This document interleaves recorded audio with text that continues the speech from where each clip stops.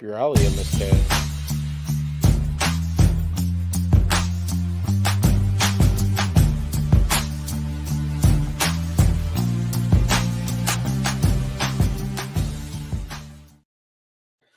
And we're back here once again with another episode of the MSK show, and this is going to be episode 50.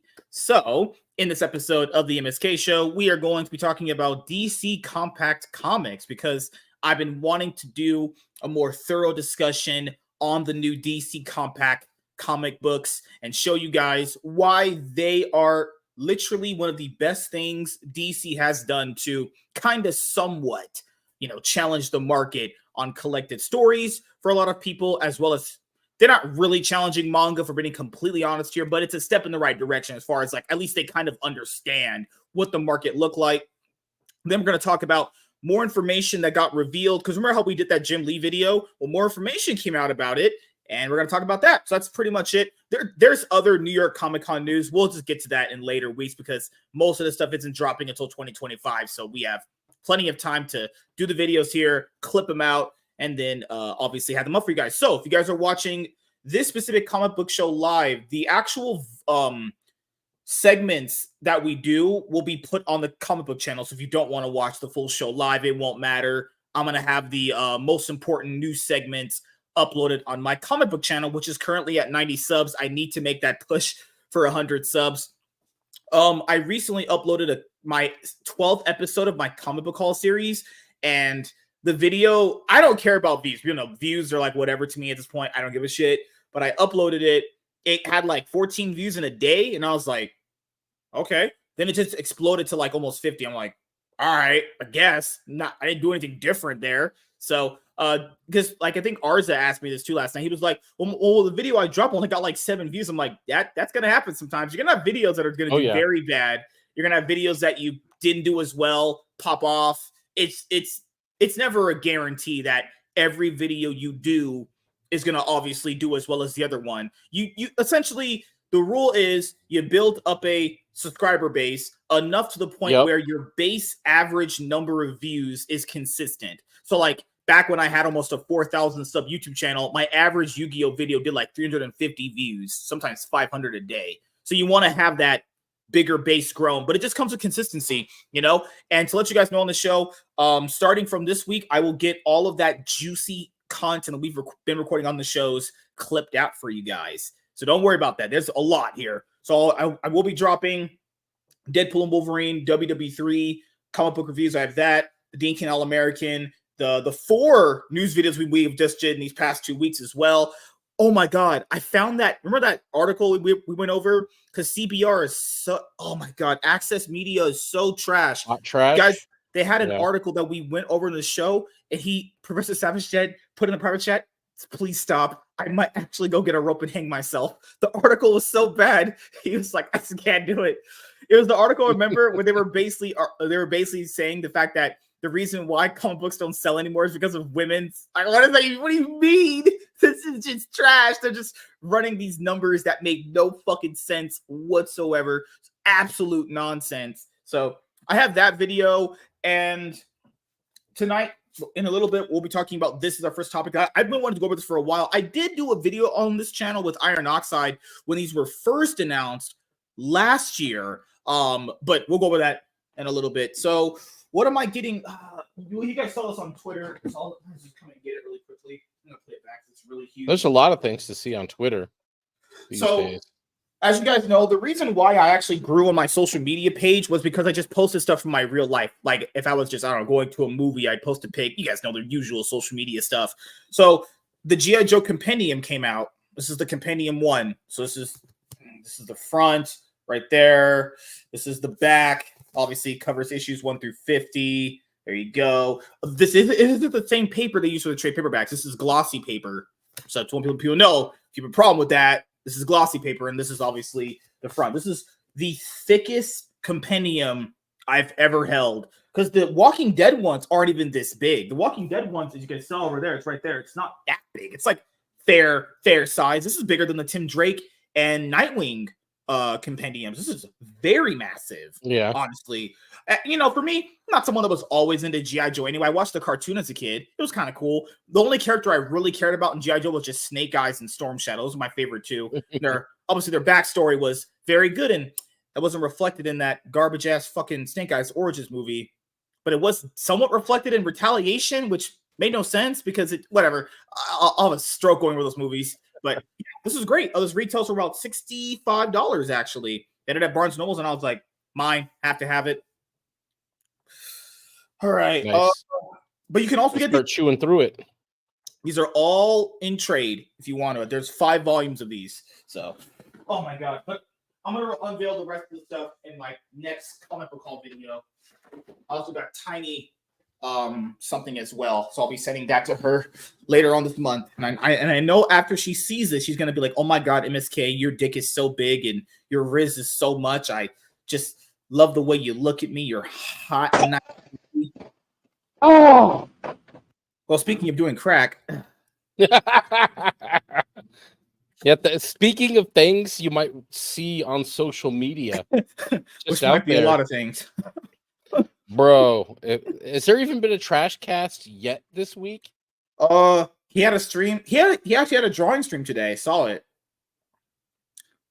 He had a drawing stream. Yeah. Where you couldn't see his face and just him drawing shit. It's just him drawing. Yeah. He had like 763 live watchers, which is not the usual 2,000 he has when he does a shit cast. He's just called shit cast, in my opinion, honestly. But yeah, but I'm just wondering what the chat was like on that. Was it all like, "Hey, how much crack are you on right now?" He didn't get nearly as much as in donations from when I saw. When I was skimming through it, the donations were like just non-existent. I think one person sent like $2. Should have been like, "Here's $2 to help you go to rehab and stop doing crack," or like, "Here's $5 so you can go hang out with Ricada." Oh my god, Ricada! He's just trash. If anyone defends that, if you ever defended Ricada Law, you're just a fucking loser. I knew that guy was a loser. I could tell he was faking out the ass when I saw him. I was like, I never understood why someone like him ever got as popular as they did. He's an idiot. The stuff with Eric July should have showed that to anybody, right? He was saying things like, "Well, Riley's allowed on a property that is open to the public." No. That has to be basically said by the owner of that building, you dumb fuck. It's not how that works. Nick Ricada. Yes. So here's how this goes for anybody. There's also we'll use Walmart for an example because everyone goes to Walmart. Walmart is open to the public, but it is a private business, obviously, because obviously someone owns it, but they allow the public to enter it because obviously that's just they want your money, obviously. So if the person that's running the floor on that Walmart location says you need to leave. Okay, now at that point, to you it becomes private, but to everyone else it's public. See what I'm saying here? Well, Riley the point is not have been there in general. Yeah, Nick is retarded and pretended like he didn't understand what it means to be trespassed off a property. Yeah, if they say you're not allowed on the property, that's it. Everywhere. That's literally if Eric Nick says just no one's allowed on that property. If Nick says, if Eric has said no one's allowed on that property, that's the rule, and you abide by it because. Well, he said that he owns the place. But he was like, he rents it from the. Who cares? It changes nothing. Oh, that guy exposed himself. So I was like, if you took law advice from that guy, you're retarded. You deserve to lose that. This man blatantly said you could just trespass on someone's fucking property, even though it's public, but you're not allowed to be there. And what? He doesn't work there. Oh god, man, holy fucking shit. Then we had some people that we know defend him because they want to potentially go on their channel later on if he does end up turning it around, but even there at this point, probably not even doing that. Couldn't have this person on the show, but it's okay, it's fine. I don't know anybody really talking about Ricada. This is the thing, it isn't that there's anything really to say about him anymore. It's all it isn't all settled on his end legally for all the shit he's in with, I don't think. But nobody cares about him anymore. He doesn't have growth. He doesn't have interest. It's the same with the Comicsgate shit with EVS. Mm-hmm. Where's the growth? I mean, I'm not gonna, I can't sit here and juke the guy. I don't grow at all. Though I will say, speaking of streams, I did a game stream, probably the Yeah. first stream I've done in a while, a Tank, couple what's weeks up, buddy? ago, 2 weeks ago. Hi, It had Nick. twice my normal views, so that was pretty cool. I think Rumble is pushing games a lot more. I didn't They made get a gaming followed by Twitter the Rumble account. game I did channel. too. Yeah, they made a gaming on I Rumble didn't. Twitter account. Yeah, They didn't follow me, so. But I got a lot more views than I usually do. So they're it was trying to pretty cool. It was a promote gaming 5-hour on stream though. Saturday. Did you see? Did you see Yeah. that? They're trying to basically promote gaming on big days like the weekend. So Friday, Saturday, Sundays, the big days for them to game. But Yeah. I think I understand why this account was created. And I'll, if this person ever finds this show, thank you for following me. I'm not saying I don't like you. It's just more like I understood why it was created because people are factor in after election season's over. Yeah, political content will still have a lot of views on there. They're kind of just known for that. But the backbone is like, hey, well, when all this big politic hype is over, you're going to need a backbone to go off of, right? You need a fallback, which is gaming. It's so weird. Basically, you watch a Trump rally and, hey, you want to play some Black Ops 6? Huh? I don't know if those even like mix together, but I guess because gaming is so generic, you can kind of mix it in with politics. It's something you could do. I don't think you need to mix them really, but I think it's important for Rumble to grow as a platform. They just need to have diversified content. And there's other stuff on here, there is, but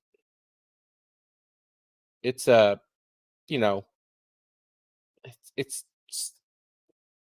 it isn't as easy to find. Like you're just not going to run into it. They do have a gaming channel though. Like you can go in here. There's tons of games being played, even like right now. Like tons of shit I've never even heard of. It's just like if there's a game you want to watch, it's up there. This is the platform itself just goes through like almost sometimes no growth. Like there's people on there. There is. I've seen it. It's just it's just so split in every single category. Politics, all one area. Then it's just like kind of gaming, and then it's just the rest. I don't know why there's not a Rumble account for movies, TV, all that stuff, because there's a community there or on channel Rumble, movies, TV. Yeah, there's stuff on there for there's that. this guy right here. Never heard of him before. Aetherion, 408 followers, 16 likes is all he's got, but he's got 1,200 people watching him right now play WoW. Yeah. Like the stats seem weird to me. That's a low follow count, not a lot of likes, but a shit ton of watchers. Right. And the Rumble bot just showed up in there too, apparently, whatever that is. So that's interesting. But yeah, it's like, oh, here's somebody. 7,000 followers. Or no, 7,000 views on the video. They're playing some romance game. Because you said gaming, right? So let's do live. Let's hit gaming. Let's see here. 10 people watching a guy with 782 follows play Overwatch. Apparently, WoW is what gets all the views. A guy playing WoW. Yeah. There's a guy playing Oh Dear. That's what. Yeah. So you see the same shit I see. So apparently, WoW is what's got real attention. Apparently, there's Call of Duty Black Ops 6 would definitely have people if you probably played it. You have an Xbox. Are you gonna get Black Ops 6? No, I haven't cared about Call of Duty for a very. Yeah, there's a guy playing Blops right here. He's got 8 people watching him. What else we have here? Grand Theft Auto. Let's see. It's multi-planetary. I don't even know what the fuck that is. There's a guy playing FIFA. Guy playing Warzone. Helldivers 2. Yeah, that's it. Because if you go to the other pages, there's like just 3 viewers. Dead by Daylight. So yeah, this dude's got a shit ton of views. You can see how many views the videos had. 3,000 views. Apparently, this guy playing Oh Dear. Oh dear. Yeah, so it drops off significantly. There's those top 2, 800 and 1,000, and then it falls through the floor. Yeah, that's how I've managed to place so high on this list before. When I would do game streams Rumble, more regularly. If the Gaming on Rumble Twitter account doesn't promote you, because I tagged it today, nothing happened. Honestly, were you doing a game stream? Yeah, I was playing League for this. Okay. Damn, I was looking at Zia and Anderson. Yeah, dude, I don't even say League on here. Damn, fuck. Nobody playing League? Huh. Somebody should be playing League on here right now, you'd think. Yeah, I mean, for that type of League of Legends, I'm pretty sure you just get me.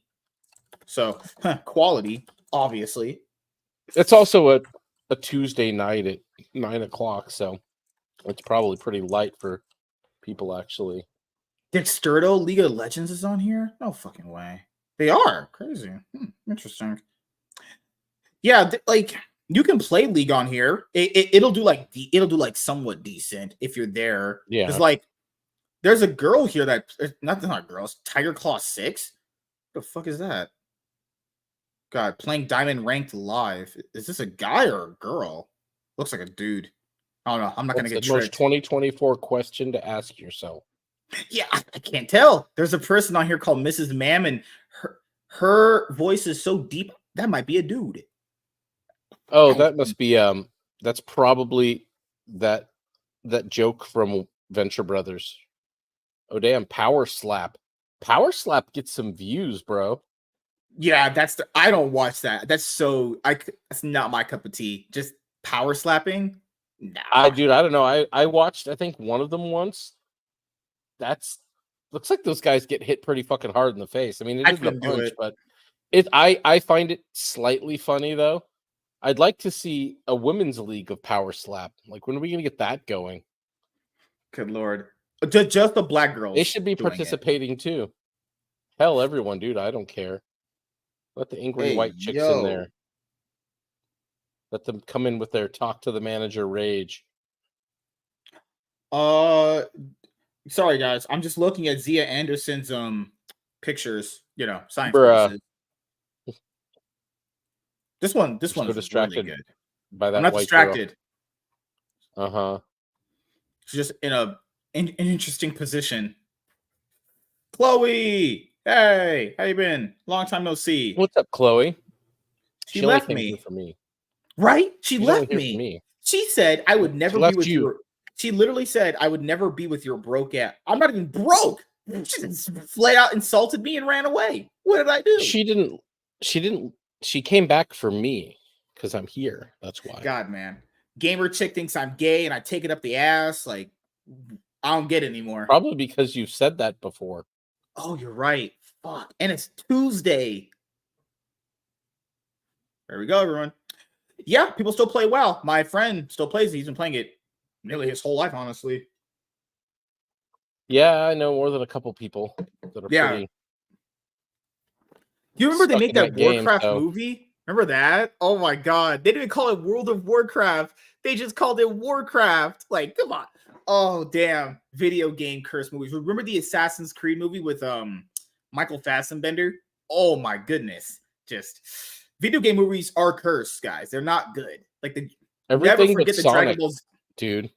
And yeah, Sonic and Mario. The very first Mortal Kombat movie. I will give you that. That was a pretty good movie. The Street Fighter ones are all bad, all badly casted, all cringe. I watched them. The Mario one was good, but that was kind of a cartoon. The animated one, the one that came out last year, right? Yeah, the year before. I still haven't seen that one. People said it's entertaining, but there's no story there. But it's like, did Mario really ever have a story? It's pretty simple. I mean, it's like Guy Saves Princess is the story. That's really all it is. It's the story is it watches like a really long Mario cutscene that they made a whole movie out of. Yeah, it's literally just fine. I can't complain about that. Isn't it? Sonic has been the most consistent video game trilogy. And I still remember when they before the pandemic hit, they dropped that first Sonic the Hedgehog movie trailer, and it had that ugly Sonic. And people literally thought they went back and fixed it because they wanted to treat the fans good. Guys, how well do you think that take aged? Does it look like they want to treat the fans good? They thought they could put that shit out and you'd accept it. They don't. Because the thing is, why would you ever think that looks good? They didn't go and redo that because they cared about the fans. I couldn't believe people were saying that. That just blew my mind. Oh, I don't know who the hell in their right mind put that together. Like, I gotta wonder if that trailer was misreleased or something. It's just like that was someone signed off on it. Someone signed off on that fucking trailer to be like, man, it just goes gotta to have show this you out. that there's a lot of people out there working in creative spaces in Hollywood that maybe aren't really great at what they're doing. Because yeah, that was a complete and utter miss. I never saw Beetlejuice, man. I never saw either of those two. I heard don't hear bad things about them. I just never seen them I so didn't hear far. anything bad about. I heard that basically the new one is it's more member berries, really. It's Oh, the same kind of things. It's which is fine. I'll probably watch it, but I'll probably watch it on disc. I'm not really going to keep paying to go to the theater a shit ton of money to go rewatch. I mean, unless it's like Blazing Saddles, I'd go to the theater and rewatch that. Nightmare Before Christmas, we were going to go watch, but we didn't get around to it. I haven't even gotten around to putting up Halloween decorations this year. I'm probably going to throw some stuff up on Thursday night and just like so you gonna take people the know kids to trick or come and get treating or candy. no? I might stay home. The oldest doesn't seem interested in it this year, so I may stay with him, and the wife is probably going to go You staying with your with her wife? mom over Oh their my neighborhood. god, crazy. I might, I might put some candy out, like put two like stands out, Bro, candy out, you got to go to Costco and get the lube, you baby haven't oil. seen this? Oh, dude, this is up your alley. Hold on. Oh, StreamYard broke. That's weird. Oh, there we go. That's We bought and acquired it. Oh, true, true. Yeah. I'll say this. May because my ex's sister, she was like, "You're gonna come to this party with me," and I'm like, "I don't even like going to parties." She was like, "You're gonna dress." She's like, "I'm gonna be Jasmine, and you're gonna be Aladdin," and I'm gonna be like, "Hell no, we is not doing anything." Like, what the fuck? Why in the just you world was would I Kang. dress up? Good man. That Friday Night Tights episode where Ryan is just going off. Gosh. You gotta Oh, get to I've seen these, those. bro. Those are cool. I like Yeah, those. bro. Yeah, so I got a pack of those for the trick or treaters and a little bit of candy. And Oh, okay. yep. So Good yeah, I'll lord, put that man. out. Just Kids imagine love that. them some Pokemains. Snickers and Pokemon cards. That's exactly how you get the kids. You know what's crazy? Even if people wanted to open those to resell them, the cards have less than 10-cent value. All of them. Oh yeah. None Yeah. of them are worth anything. They I don't mean, make dude, them a special occasion. It's like they could make, I would say, put some foil versions in there. Maybe a Charizard will do it. But I get why it's ghosting because there's Ghastly, Gengar, Haunter. Like I get why yeah. it's themed that way. But you know that has no appeal outside of like Halloween. You know. But I guess Yeah. unless you're Donald Unless there's Trump, people who actually use them to play the game. no way. Those are usually just trash cards. If you actually play the game, usually special promotion stuff is usually pretty bad. For at least, I mean, as far as Pokemon goes, that's what I at least know. Oh, I what don't remember. did It's you been a long time since I've opened any did of you these. hear about the whole Kamala Harris Rogan incident where she wants to basically come to his show only for an hour and that's it? It's like Oh God, why? that's a waste of everyone's time. It I is. don't care who requested. I don't care who offered who to come on whose show. Going to Rogan's show for an hour is worthless. If like he even said on Twitter, he's not going to grill her the way people thought he was. You know, well, it's good. Umbreon on there too. Umbreon. Oh, the other guy, Gengar, Pikachu. Okay, that's kind of cool. Ooh, should we do a live opening for you to clip A, later? a live opening of you The getting pack 10-cent openings, cards. bruh. I've did a Let's pack do a opening pack forever. opening. Here we go. You got to clip this later for the views. People love it when you do this. You got to open the Pokemon card pack so they can see you I do used it. to. I couldn't open Here it those is. ones. Are harder to open than Yu-Gi-Oh packs. Oh my god. Good Let's see what lord. we got. Ooh, oh, bro, you were just saying this too. So, I can feel the spooky value. guy. All right. 1 penny. Got it. 1 hour and highly sanctioned. Yeah. Yeah. That'd be trash. I don't know any of these new guys. Oh shit. This is from the new game, I think.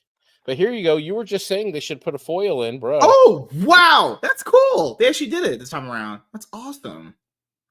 So there you go. I literally said, Not hey, they bad. should probably do this. First pack. There They you call go. me the Magic Genius. They call me Magic Mike. Oh my god. Holy shit. We Are got you it. sure it's not Magic Johnson? No, he has AIDS. That's just not I there. don't know. Somebody told me he was your dad. God. Did you know that he has a troon for a kid, but the kid doesn't actually believe It's the other gender. What? So the person wants to be a troon, but they don't believe themselves as the other gender. So like you just then what is that then? I don't So they're just understand the rules anymore. they're not trans anything. They're just trans. Oh, did you hear about the Deadpool and Wolverine situation with Tatiana Maslany? Oh, dude, I laughed my ass off at that. I'm like, good. Good. You're Yeah, I don't know what awesome. scenes did they even film? Who filmed these scenes? Nobody. I can't believe that he even allowed them to get filmed and spent the money on it. I don't know why he I think she's making shit up for clout, dude. I don't really believe it. If Ryan Reynolds came out and said, "Yeah, we filmed them. They just didn't work for the movie, so we kicked them." I'd believe him. Her, Yeah. I think she's fishing for clout because she's pissed that Disney's basically said, "You're done. Like we're not Yeah, doing they're not anymore." doing no more She-Hulk. Like she It might play was so Hulk, like bad. she might play She-Hulk in maybe an Avengers team up, something like that. But she's not gonna get anything dedicated Yeah. to her anytime soon. Oh, dude, it was so bad that they basically canceled the fucking new Daredevil show because he was on it, and they couldn't get out from under the crap that they did to that I don't know if character she on was that being show. So, sarcastic because in that interview, if people hear the audio compared to like reading it, the tone's mhm. different. She's being sarcastic. Like she's saying Dude, things I think like, she's always sarcastic. How would you ever know the difference? She's just such a yeah, she's like perma sarcastic. I'm like, I don't even know when yeah. she's like Ethan, except well, Ethan's retarded. She's just stupid because she's a woman. So Oh, she's like, I was gonna come to the all movie and about bring my. timing. She said, I'm gonna come to the movie and bring my feminist agenda. I was gonna woke it up. I'm like, okay, you're all that's obviously trolling. So it's not the real story. Because no one would will it. Who says that gay internet shit in real life? No one says that. No one says I'm gonna go woke something Hollywood's. up. I would say that there's probably some celebrities that would do that because they're owning the chuds. Oh But yeah, yeah. She's owning the there's chuds some people that don't on a know the movie difference. I set. don't know. She's owning the chuds on a movie set that probably agree with all of her opinions. Who is she owning there? What an Well, they L. probably do, except the other part of it is that like Ryan Reynolds wanted to make a good movie. Hugh Jackman wanted to make a good movie. They wanted to focus on character and story. And the story wasn't even that great. It was pretty weak, but it made up for Yeah, it by focusing on this character interaction and the yeah, character's story. And that was fine. That it was entertaining. yeah. It was funny. It was the Fox equivalent to um basically To Sony and Marvel send tying off up the all the Spider-Man yeah. send off for all of Spider-Man. I even firmly believe that Tom Holland is probably done with Spider-Man. There's no movie, there's no He did contract, do an there's no interview conversation. recently.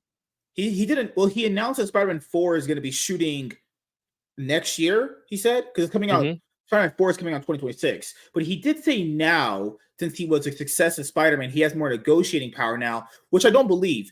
If people look at him as Spider-Man versus like if you watch Uncharted, so people would think, oh, because he was Spider-Man, that means he must be a big box office draw. No, because when he was Uncharted, that movie barely broke even and flopped at the box office. He's not a box office draw. Like, Not by himself. He'd have to do something. In all honesty, this is a fault of and his he had Mark agents. Wahlberg too.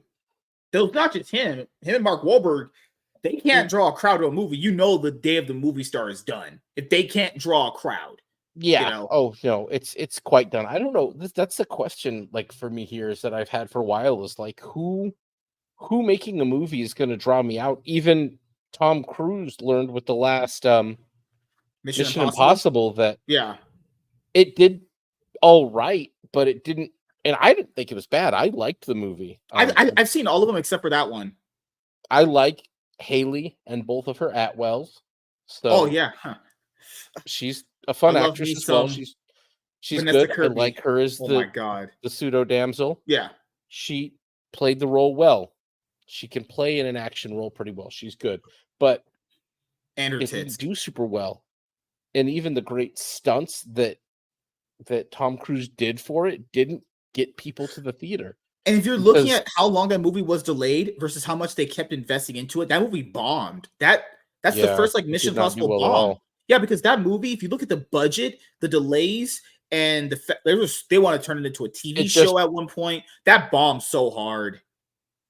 well, it's again, it isn't that movie theaters are, and that one wasn't bad. I think, in all honesty, what that movie suffered from is just franchise fatigue. People talk about superhero fatigue Yeah, or yeah. all these other fatigues, romantic comedy fatigue. I mean, superhero fatigue is the big one that people keep talking about right now because Yeah. it's Well, there. But really, because what I think it remember, they is it's labeled it Mission Impossible Dead Reckoning Part 1, remember? So the reason why Hollywood stopped doing that with trends is because people felt like, well, if that's part 1, I could just wait till part 2 comes out and I'll just binge part 1 before part 2 comes out. There's reasons why people don't do that anymore. I mean, And except you can't. There's nowhere really to go and stream that yeah, movie. yeah. But I think that people are just tired of franchises. I want something original if I'm going to go to the movies. I want something new. I want The to see a problem is with different that, man, it's story. no one goes and supports those movies that do come out that are somewhat original. No one goes to support But them at all. it's because they're not good. Yeah, I'm yeah, yeah, talking good, original, well acted, well written movies yeah, on a new premise or a different premise. Just yeah. I don't even give a shit if it's just a book I've never read before. That's Mm. fine. So you want But Night Bitch? I don't even care, dude. Just something that's good. Because There's that's the thing now is because people say, well, they need to make more stuff that isn't a reboot or remake or a sequel to a Yep, franchise, but the audience don't support those movies. Like some of those movies because they're not bomb good, really dude. bad. Yeah, and that's the thing is Well, they're either some so many fucking of them are bad. artsy musical. There's some like artsy Yeah, fucking and that's not what I'm pretentious talking flick. about. Yeah, yeah. I'm Like talking about what was the A24, I last think does it one? the best, kinda currently, but I'm trying to think if there's the last movie that I watched that mhm, was an original story, something I hadn't seen before in yeah, a genre I'm used to was Bullet Train with Brad Pitt. Wasn't bad. I enjoyed it. yeah, It's a good movie. No yeah. problem with that movie. But it didn't. Where did it come from? It's just a script. It had a good premise. It Did was you well watch acted. It had interesting action. Did you watch Last Night in Soho by Edgar Wright back in 2022, 2021? I think I've heard of that one, but I haven't That one seen it. was pretty good. Was it Anna Taylor-Joy? Was that I enjoyed it. Matt Damon. Yeah, it was good. Not Matt Damon. Oh my god. The guy from fucking hell, Matt House of Dragons. Damon. The guy from House of Dragons. I forgot the fucking the guy who was doing the Morbius Tobey Maguire cringe. I forgot his fucking name.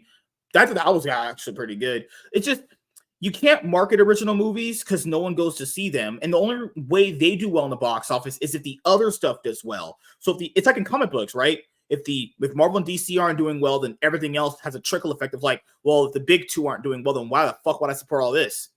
Big blockbusters don't do as well Yeah. anymore. So, and then usually if people already watch the big blockbuster, they would go like, well, what do you want to see? Well, we haven't seen this movie. That movie inherently benefits from the big blockbuster movie doing well.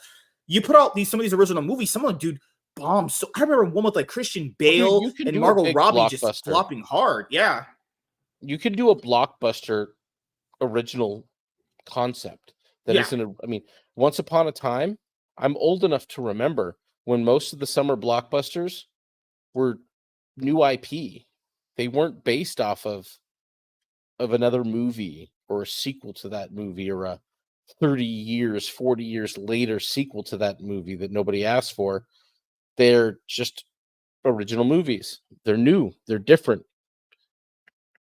you know, well written, well acted. That's it.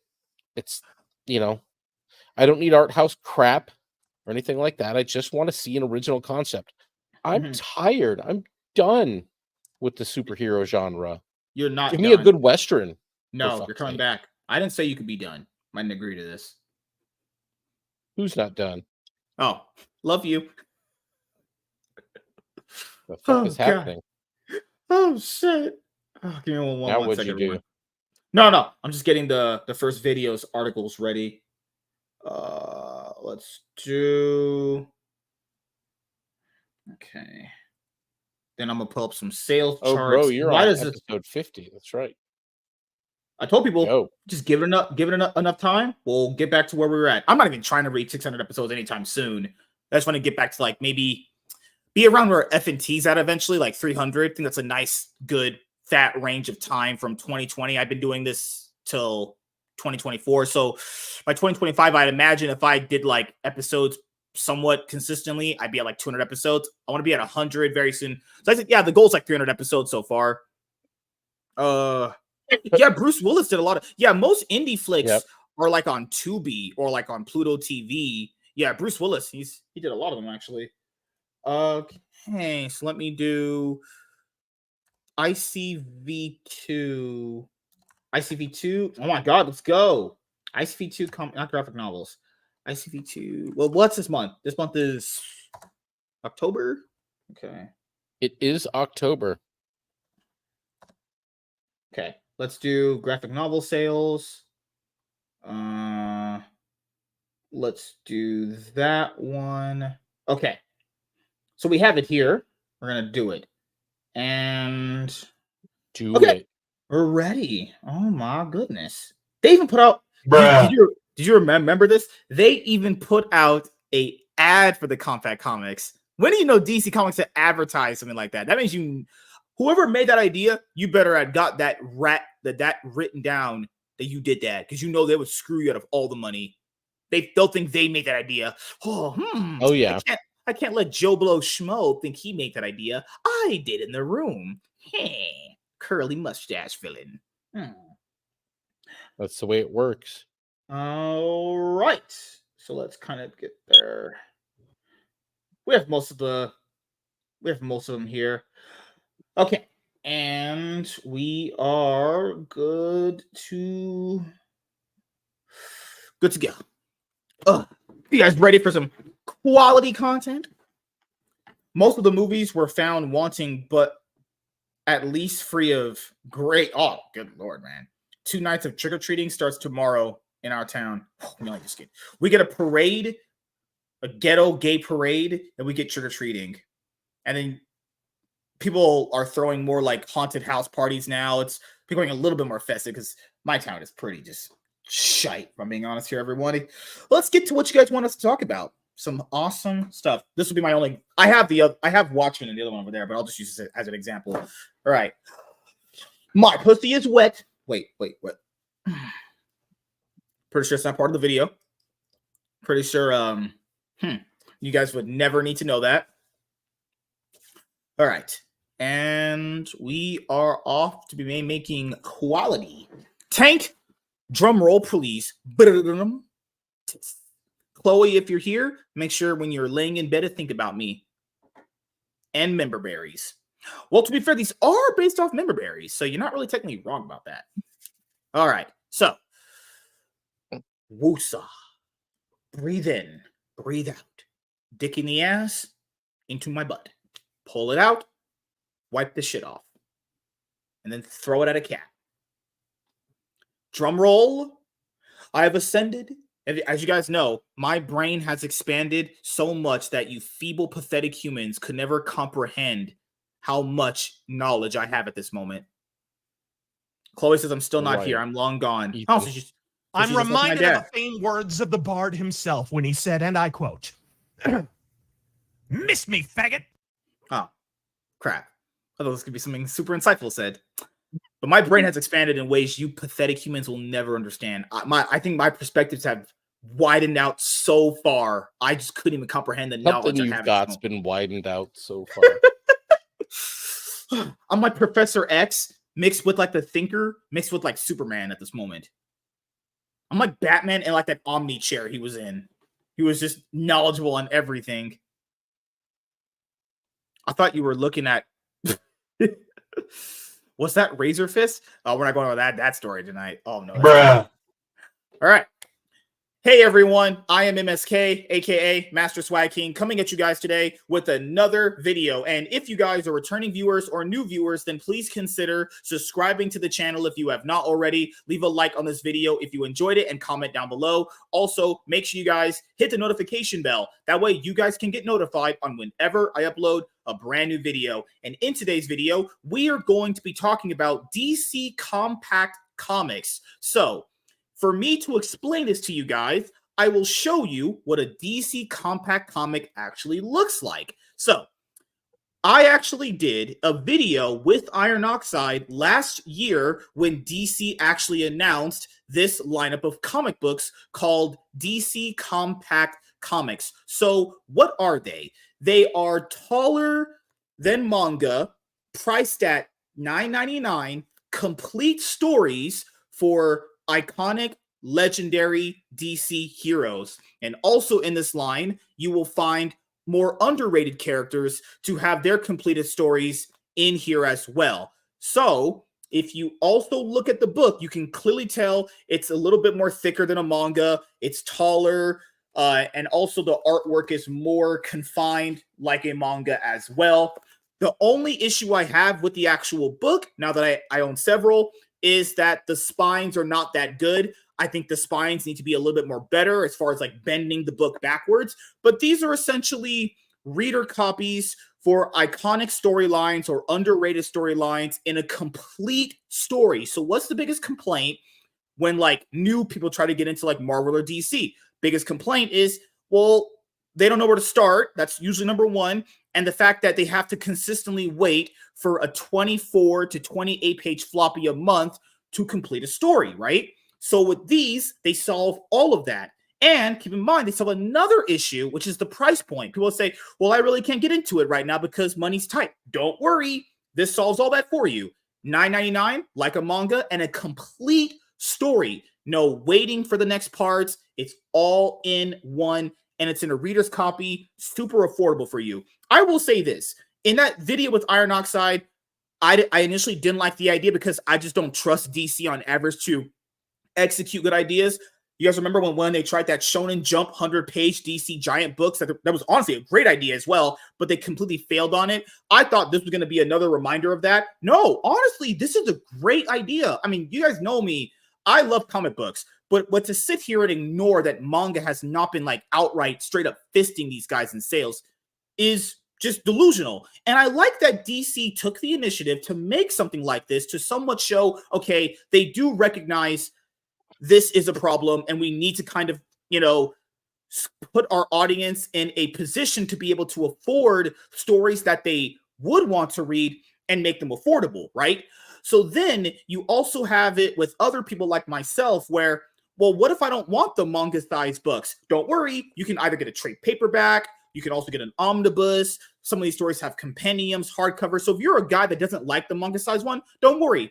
A lot of these iconic stories or underrated ones, probably most likely, like Watchmen and also Superman, have hardcovers, absolute editions, omnibuses, reprinted in trade multiple times. So don't worry about that, right? And also, I would give DC another point of credit here. They also did a Webtoons book recently as well. So it shows that even more than Marvel, they know what the market looks like. They just have to actually, I don't know, execute on it. This is a truly great idea. I don't ever admit when I'm wrong, but I was thoroughly wrong on this. Fantastic idea from them. And I'm going to show you that it actually sells well for them. Now, the only issue this could potentially run into is that what I said in my video with Iron Oxide last year, and I'll say it here in this video, if they burn through all of their like iconic stories, you won't have anything left. But the reason why that's not going to be a factor for a very, very long time is because they have a lot of stories. Like DC has a ton of stories to release to people. I mean, you have stuff from like the legend, like when Batman first appeared, you could do when Flash first appeared. There's so many angles. But I would say this, don't always have every line have like four legendary big stories. Keep it half and half. Throw an underrated character in there. Throw a character that people kind of like, somewhat maybe, give them and have them have their good story in there, but usually kind of have this being headlined by stories and popular characters. Like this line has Court of Owls, Hush, All-Star Superman. Makes sense because we have a movie based on All-Star Superman coming up in 2025 with James Gunn. So having that there is fine, obviously. You know, Joker 2 came out this year, so they had a Joker book come out. Makes perfect sense. Yep. Now, there's no synergy between that, but at least it somewhat kind of gives you an idea of maybe where they're heading with it. But yeah, man, I'll let you go. Yeah, so you're not wrong. Like, if they want to hit some small characters, some Alan Moore Swamp Thing runs, Yeah. multiple of them, be a great spot. This is great. I love this. This is what I read. Like, I haven't read this yet, but this is what I'm interested in. I don't care about modern comics. I'm not going to buy new shit from Marvel and DC except under rare occasion, like Joe Kelly writing Deadpool again. I came back, I got the 3 issues, and I was kind of disappointed with it. So you haven't really given me much to come back from. The next time I'll buy a floppy in the shop is going to be when G.I. Joe drops. When G.I. Joe is there, I'll be there at the shop Wednesday picking it up. That's going to be huge. G.I. Joe 1 is going to sell. I'll probably be picking up a couple copies of it, in all honesty, because I'm going to move them.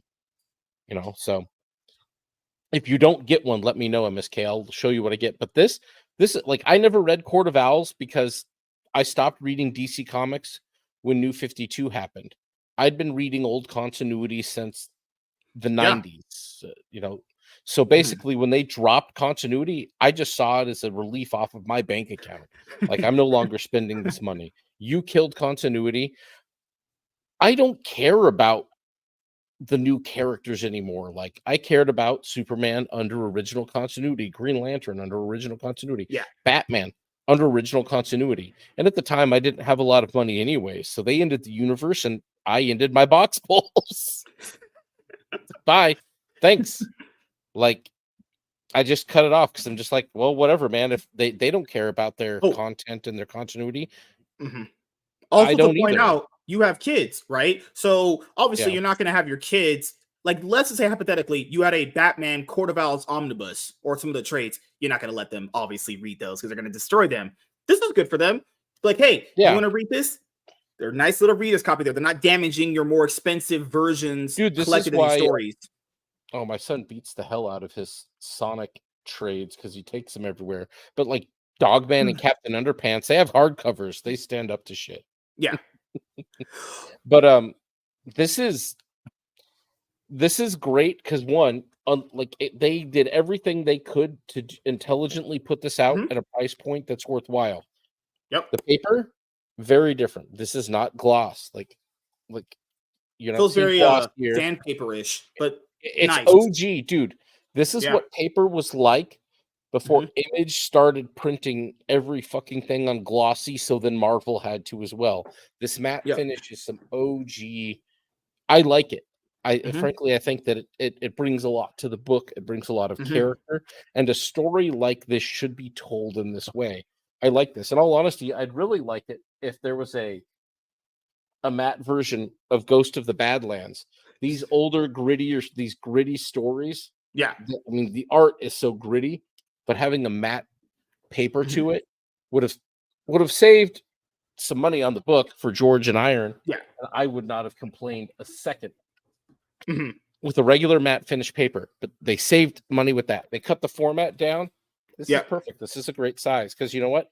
It doesn't take away from the art visually at all. It's like somebody actually took a look at this and they looked at the way like manga art, like Scott Snyder's art in a smaller format, you would lose a lot of this detail unless you read it like this. Well, he wrote the story. Greg Capullo did the art, honestly. Or Greg Capullo, yes, you're right. Sorry, Greg Who Capullo, is honestly a great artist. He's actually talented, dude, very good. His Spawn books were always great, dude. He was the first person Todd McFarlane basically let draw Spawn after Todd retired from consistent art and went just to the story and was writing. Capullo's always been a fantastic artist. His work on Batman, I feel kind of bad that I wasn't reading New 52. Yeah.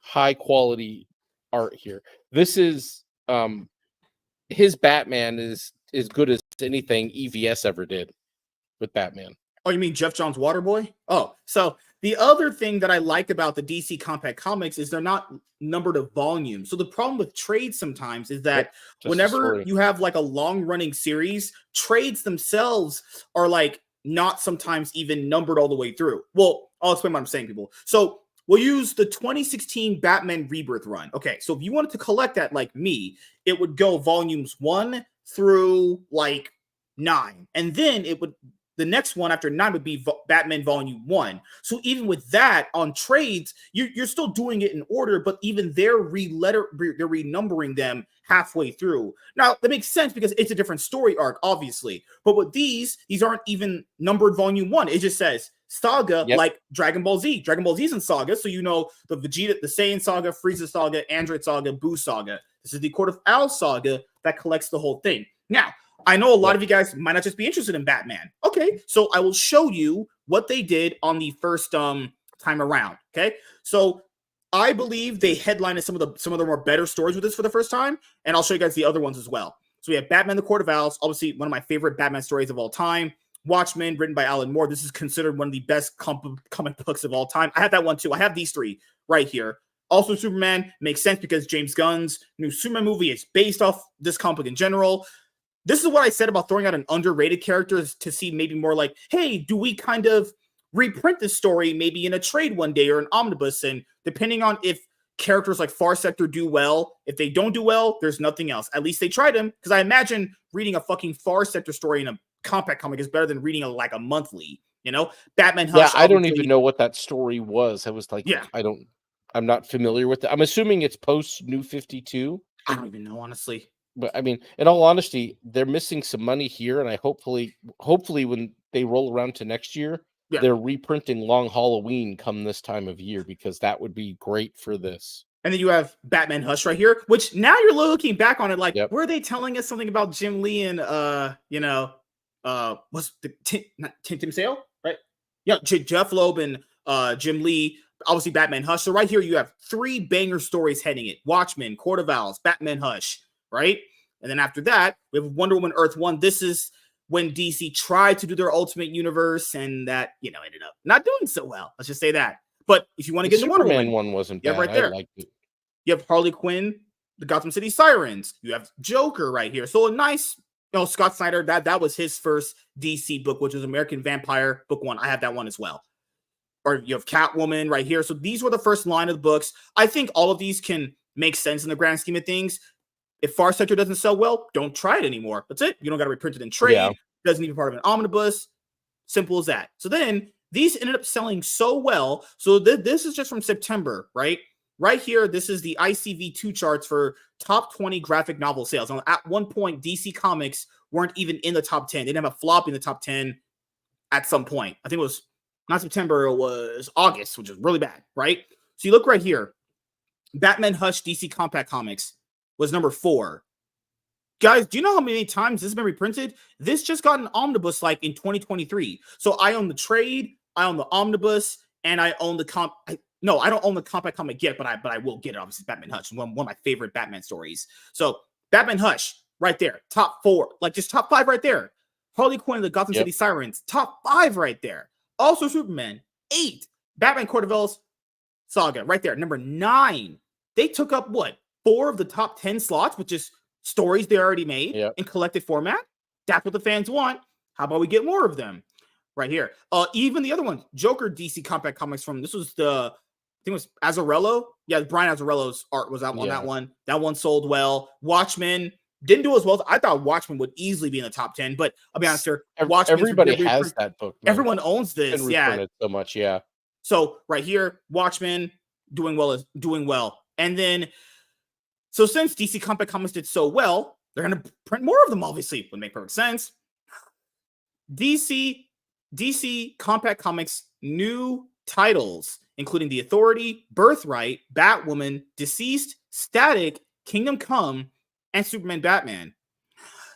DC Comics expands Compact Comics with 6 iconic titles, perfect for on-the-go readers in a new portable size. Discover Superman/Batman as they face threats from Lex Luthor, Darkseid, and even find Kal-El's cousin Supergirl. The Authority shows their ruthless justice against invaders and terrorists in an epic storyline. Kingdom Come, Deceased, Static, Batwoman, and Birthright redefine for today's fans in compact editions, all at $9.99. Also, Authority is apparently going to be the second movie in James Gunn's upcoming DCU universe. So, that getting Meh. reprinted isn't that bad. Obviously, I never read The Authority, so obviously I can't judge. So I'll probably just grab that and see what I'm missing. Last month, Bleeding Cool reported that DC Comics will be expanding their compact comics line with sizable storylines collected in a smaller size for easier portability. 2025 will bring the following, running from the spring into the early in 1 year's time. DC Compact Comics has a 5.5 by 8.5 standard book, trim for trade paperback novels. The new format pulls best-selling new reader-friendly titles from DC's evergreen library. We listed the following titles. So first one coming out, heavy hitter, Kingdom Come, written by Mark Waid, art done by Alex Ross. This is like one of the most popular DC stories ever made at this point. Static Season 1, Deceased, that's basically DC's version of Marvel Zombies. That's written by Tom Taylor. We have Batwoman LG, Superman Birthright. It's another Mark Waid written story. It's another take on Superman's origin, I think. The Superman Batman Book 1 coming out later on in the year. That isn't even just book images one. for some of them. Yeah, that isn't even just book one. That's the combination of the Public Enemy storyline and the Apocalypse storyline that came after it. Like, that's crazy. Two of them combined. That's really cool. I'll pick up that Superman Batman one because that's a good combo. That's big. Birthright, I have not read. I might pick that up. They're giving Mark. Well, of course, they're going to give Mark Waid some love. He got on his knees for them and basically just said alt-right. And they were like, you know what, Mark Waid? You're going to get Kingdom Come reprinted, Birthright. You can write weekly action comics. You could be on Justice League Unlimited. Just whatever you want. Just. Oh my God, you said alt-right to the right-wangers. Oh my God. Fucking hell, man. Keep in mind, that's the comic industry. Say the right shit. Just say the right shit, and you're there. So, yeah, guys, the DC Compact Comics title line is a success. I admit, I was wrong. Fully knocked out of the park. Great idea for them in order to basically, capture what manga's doing to answer what fans want. Now, is this going to make a big dent in the grand scheme of things? I don't know. It's possible. It's definitely something that is a step I'd in the have right to see direction. the volume. Like, I can see where the standings are for graphic novels, but what's the volume? How many copies is this actually moving? Yeah, because, stores being sold out doesn't really matter in terms of like actual people buying the books, right? But I heard, and Mark Miller posted about this too, these are in big box retailers too. So that's another good thing. So, yeah. The smartest thing. Yeah. So any other final thoughts on the DC Compact Comics you want to bring up? No, I think this is just them doing something that was very intelligent. Mm-hmm. This was very intelligent. I don't think they should have given up on this. $5, it's all reprints. But the big point here is, Mm-hmm. this is the thing they keep. Nobody in comics wants to fucking figure out. No, you need these things in big boxes. Fuck that, dude. You need floppies back inside like fucking 7-Elevens and shit. But this in a big box, this at Target, this at Walmart, much like these, you want it in front of your fans. You want, or not even in front of your fans. You want to find new fans. You have to be where they are, and they're not in your shops anymore. Yeah, because they don't care. This is the thing. People need to understand this. The biggest problem with comics is what I would boil it down to: accessibility and visibility. So if it's not visibly in front of you, you would not know it exists. Guys, people do not function the way you think they do. People think the average person is smarter than they are. Guys are not. Based off recent events, we know they're not that smart. They listen to MSNBC about Trump constantly, so they're not that smart, obviously. But I will say this. The reason why visibility and accessibility are the biggest thing in comics is because if this is visible to a kid, they can be like, Mommy, can you buy this for me? Honey, that's too expensive. Mommy, it's only $10. Okay. The price point, there you go. And it's accessible for the kid too. So when he gets the Batman, he's like, I want the Superman one this time, Mommy. There you go. $10, easy investment, full storyline right there. This is a great idea. And I'm glad they're in big box retailers to actually be accessible to people in a massive, large range. So yeah. Kudos, DC. Checkmate. You got a good idea. Just make sure you keep making it a line of storylines where it's going to be a storyline where people are going to be, you have enough headliners there. The second one, the headliners are definitely there too. Just make sure all of them are kind of like that. There's plenty of stories to do. They haven't even did Long Halloween yet for Batman. There's plenty of Batman stories to do, but like They should have did Long Halloween for this year since Halloween was close. But yeah, thank you guys for checking out this video. If you're a returning viewer or new viewer, subscribe to the channel if you have not already. Leave a like on this video if you enjoyed it and comment down below. Also, make sure you guys hit the notification bell. That way you guys can get notified on whenever I upload a brand new video or go live. I'm MSK, aka Master Swag King. Signing out, guys. See you guys later. Peace. Oh, hi, Flip. He's not a pro dad. What the heck? I'm a pro dad. What is up, Kitty? Good evening. Hi, John. Waiting for my my first issue of Flip City He Mag said he got come in the mail. of Heroic Tales, actually. I heard that, dude. Yeah, Authority was great. The original. John is right. And I'll probably pick that up. Birthright and the Superman Batman, because they're combining Public Enemy and Apocalypse all into one story. Fantastic. Great art by Ed McGuinness. Some of Michael Turner's very last art before he passed away. Fantastic stuff in those books. Could not recommend the story or the art enough. Rare occasion. Birthright, I just never read, but I heard good things. And yeah, the original Authority is interesting. It was really good. Like, it was a good launch to a book, but it had the same problem a lot of Wildstorm and all of Wildstorm, really. Every Wildstorm book, eventually the person who created it got bored of it and stopped giving a shit, pushed it off to somebody else to write it or to draw it, and it fell apart. When J. Scott Campbell left Gen 13, the whole book fell apart. I think Gary Frank, for a smidge, kept a little life in it, but it was limping along. It was never the same book anymore because J. Scott Campbell didn't care. The original creator didn't care about the book, so it fell off. You know, same thing happened with all of Jim Lee's Image books, all of Rob Liefeld's Image books. They didn't care. They did not care about the proof of that. Yeah, with Youngblood. Yeah, Youngblood sold what, 1 million copies plus, and he was like, you know what? I'll just give it to other people. Well, that was the thing, dude. It did that for 1 second when everything Image put out was hot because everybody wanted the next Spawn #1. I saw the videos for when Image. I watched a few documentaries on Image a while back. The comic book shops back in the day, when something dropped hot, there was a line out for some of them. That's crazy. It was wild, dude. It was a line of people like at the movie theaters, like when they were like hyped to see something. They were there. That's fucking man. Yeah.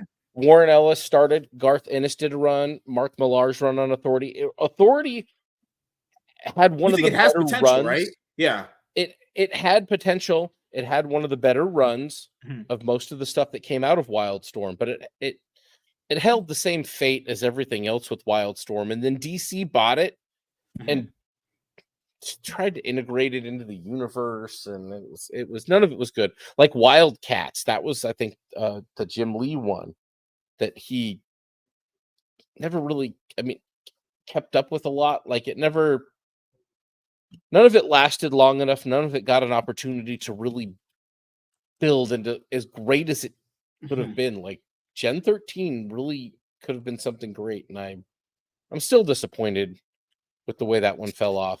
But yeah, give me 1 sec, guys. He had one of the better runs for sure, because Ellis and Ennis and Millar all held a strong interest in it. 1 sec, we're almost ready for the next one. Next one's going to be an absolute banger. You guys aren't even ready for this. Exactly, John. You're like dead on there. It's a question I ask a lot.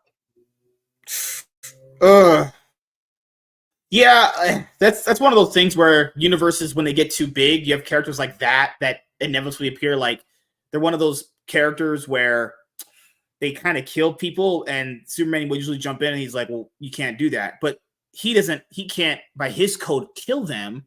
So does he just let them live? Like they're not like bad guys. I mean, the thing is, even in Marvel, that would weird, because Deadpool's an anti-hero, so he would kill people. Like, are they actually just allowed just to sit there and let him kill people? But they can't hurt him by their own rules. Yeah. It's a weird world comic book logic is. Oh my god, that looks fucking fire. You need to get off of Zia Anderson's X account, bro. I'm so hyped for it. You know, I love it. Okay. So Comic-Con Anchor, blah, blah, blah, blah, blah. To celebrate, we're gonna get your butthole. Okay, so I'll have the images right here up. Okay, I'll keep those right there. So this one will lead into it. This one will do it then. You ready for some fun, you son of a bitch? Limited. Absolutely. All right. Chip Zdarsky. No, I don't want the ad. Oh, do you know that John De La Rose book that he went over the Batman series, the one before the Nightfall, Detective Legends or whatever? Oh my god! I tried to go find a trade on Amazon. It said it was $274. I was like, "There's no way that fucking thing is $274." Went on It's eBay. not reprinted, bro. The cheapest one on eBay that I could even PayPal paying for is around $120 to about $145. I'm like, damn. So, the rest of them are cheaper. But oh my god, that's what they need to reprint for the compact comics. Reprint that. I'll buy that. They need to reprint Green Arrow Longbow Hunters as well, dude. Like these are all things. These are trades. That those there was a we talked about it. They're gonna reprint that stuff in a different format. Remember, Green Arrow, the original early years. Nice. They said the first one is gonna cover issues 1 through 20, if I remember, 1 through 30, if I remember. They're gonna collect it in a different format. I have to find the article for it. Yeah. We covered it, but let's do a video for it because I know we glanced over it because I remember my internet was a Wi-Fi Burger King level at that point. Wasn't enough to sustain ads. Tank says, I've been away from DC, Image, Marvel, and Dark Horse for longer than most fans have been alive. I think you will like Jeff Johns' Ghost Machine Rook Exodus book. I think you'll like that. He's currently the only thing I can sell very well for a lot of people. The Authority and the JLA would come into conflict, so they have separate continuities. Yeah, the Authority should be something in a different. That's what you use for a different universe. Like in their universe, they do things one way, but in this universe, they can't do it there. That's the best way you could have them a part of it. Like they can kind of jump through universes. That's what I would do, honestly. Thought I popped in here while you're wrapping up. Oh, no. That's just, I record the videos live and then I have a comic book channel. So I just dump so on here, if we do like a topic live, whether it be on the Iron Man podcast or like when we do this show, I dump the clip stuff out on the main channel. So just recording a segment. But speaking of my comic channel, because obviously I'm a fucking dirty shill at the end of the day. I'm obviously a clout king. This is my comic book channel. This is my comic book channel. I'm like 10 subscribers away from hitting 100 subs. There's obviously content on here. I just uploaded a haul like 4 days ago. So clip segments from past Iron Man podcast episodes going into this one will be, whether it be comic book related, will go on that channel. And obviously for like the main channel, it will go on there. So it's easier to just get this stuff done when I'm on a podcast than doing it like by myself sometimes. And generally, if it's comic book news, and I know he's going to want to chime in. He said, if you leave me out of anything Deadpool related, he said, if you leave me out of anything Deadpool related, I will come to your house and choke you. I was like, oh, damn, that sounds kind of hot. You said that? Huh. Or did Zia Anderson say that to me?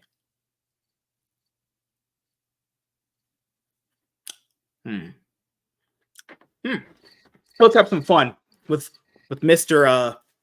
Big Booty Man Jim Lee. Oh, speaking of how legendary Jim Lee is, remember when the Snyderverse was kept, like, how the Snyderverse fans kept pestering DC online? And then I remember there was a Comic-Con, I forgot, I think it was San Diego Comic-Con back in like 2022. Yeah, it was 2022. The Snyder fan walked up to Jim Lee and said, hey, is there any plans on making more content from the Snyderverse? And Jim Lee literally said, we have no plans on continuing anything from that universe. And he broke the internet. He said it in the nicest way possible. We love what Zack Snyder did for us, which is obviously a lie, because that's just firmly a lie. He was lying out his ass. He was like, you know what? I'm not going to intern this bullshit.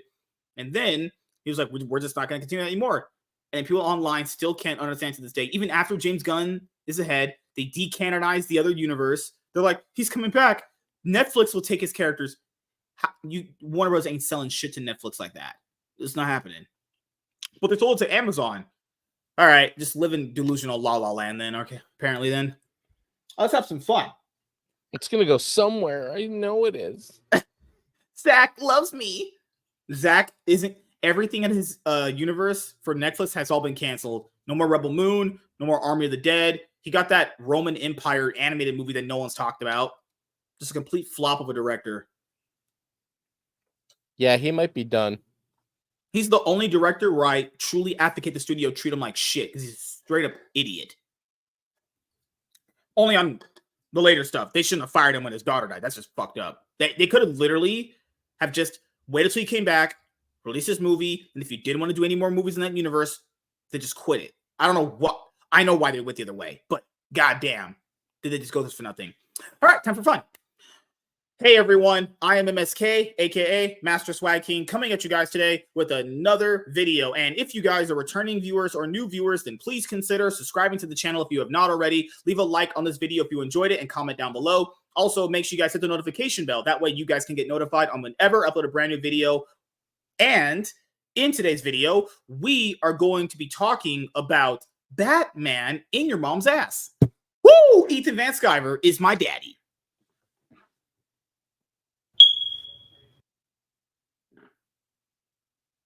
Wow. And he left you to go do crack in a parking lot.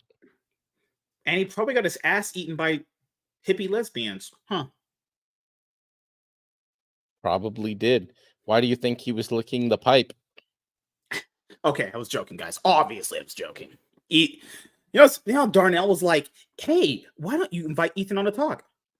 It's crazy. When I wanted to have that guy on my original Batman podcast at the end, I was like, hey, can I ask you a question, sir? Blocked me. So no, that will not happen. When I had all the power to invite him on the show, you guys, Mommy. People thought I would forget that? You're out of your mind? I literally We should get him on Rogues Gallery. I did. This is back when I liked him. He brings a pipe with him.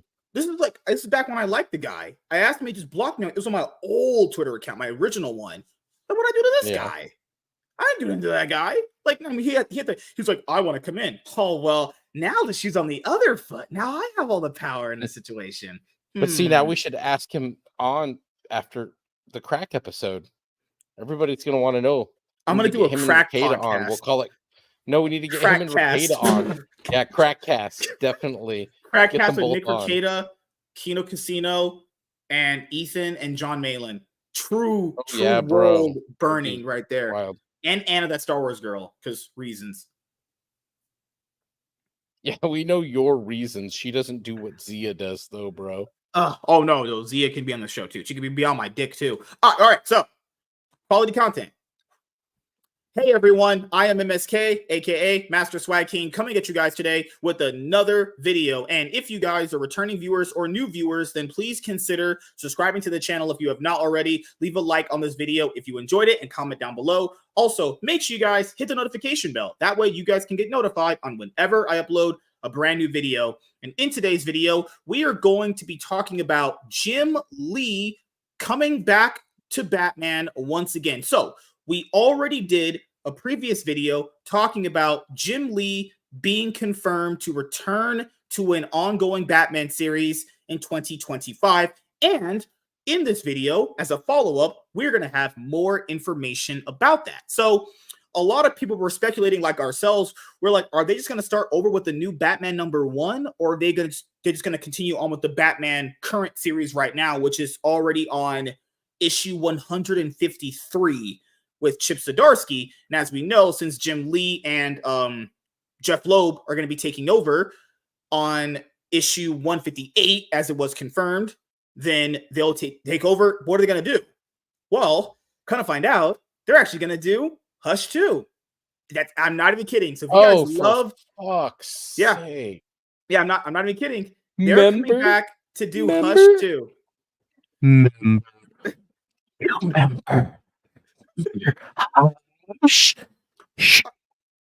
Hush.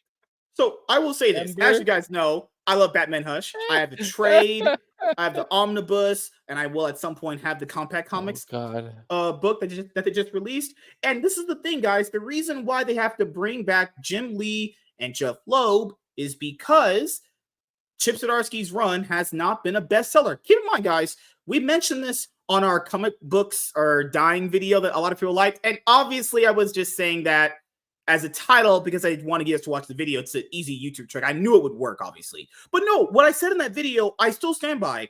There's no way a person should be on Batman and the title just completely just fizzle out. Guys, it's Batman. Literally, Batman is the one of, if not the most iconic things ever made on this planet.